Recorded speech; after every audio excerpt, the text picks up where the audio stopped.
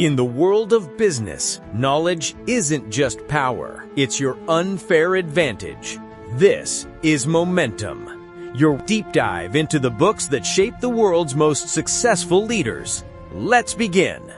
Have you ever looked at your job description and felt a sudden, cold realization that a piece of software could do half of it by next Tuesday? Or maybe you've watched a new AI tool launch and thought, I spent 4 years and 6 figures on a degree to do what this thing just did in 3 seconds. It's a terrifying thought, Ryan. For decades, we've been told that if we just worked harder, got more education, and stayed in the knowledge economy, we'd be safe. We thought the robots were coming for the assembly lines and the warehouses. We thought they were coming for the blue-collar jobs. But that safety net is shredding, fast. You know the feeling when you're running up an escalator that's moving down? That's what today's professional landscape feels like. No matter how fast you upskill, the technology seems to be accelerating faster. The safe career paths, law, pharmacy, accounting, even computer programming, are suddenly looking a lot more vulnerable. Exactly. We are living through a period where the traditional rules of career success are being rewritten in real time. The question isn't just, will a robot take my job? It's, how does the entire economy survive when the most valuable thing a human has to offer, their labor, is no longer needed? But what if there was a different way to think about this? What if we could look under the hood of this technological revolution to see where the real threats and the real opportunities are hiding? This is the core question explored in the game-changing book, Rise of the Robots, Technology and the Threat of a Jobless Future by Martin Ford. This book is a wake-up call for every ambitious professional. Ford's central, most powerful idea is that we are witnessing the birth of information technology as a general-purpose technology. Just like steam power or electricity, it's going to transform every single corner of our lives. But here's the kicker. Unlike electricity, AI and robotics are starting to show agency. They don't just empower the worker, they replace the worker. Ford makes a compelling case that we're moving from a labor-intensive economy to a capital-intensive one. Think about it this way. Imagine a world-class radiologist. They've spent over a decade in school, they have an incredible eye for detail, and they make high-stakes decisions every day.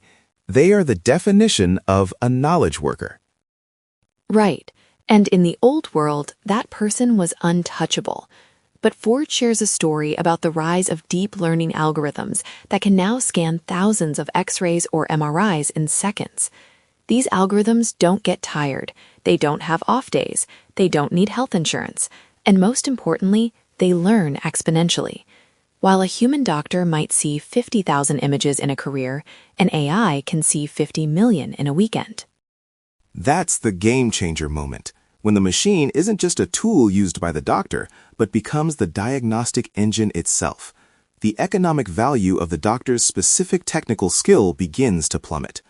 Ford argues that this isn't just happening in medicine. It's happening in legal discovery, where software can sift through millions of documents that used to require a small army of junior associates.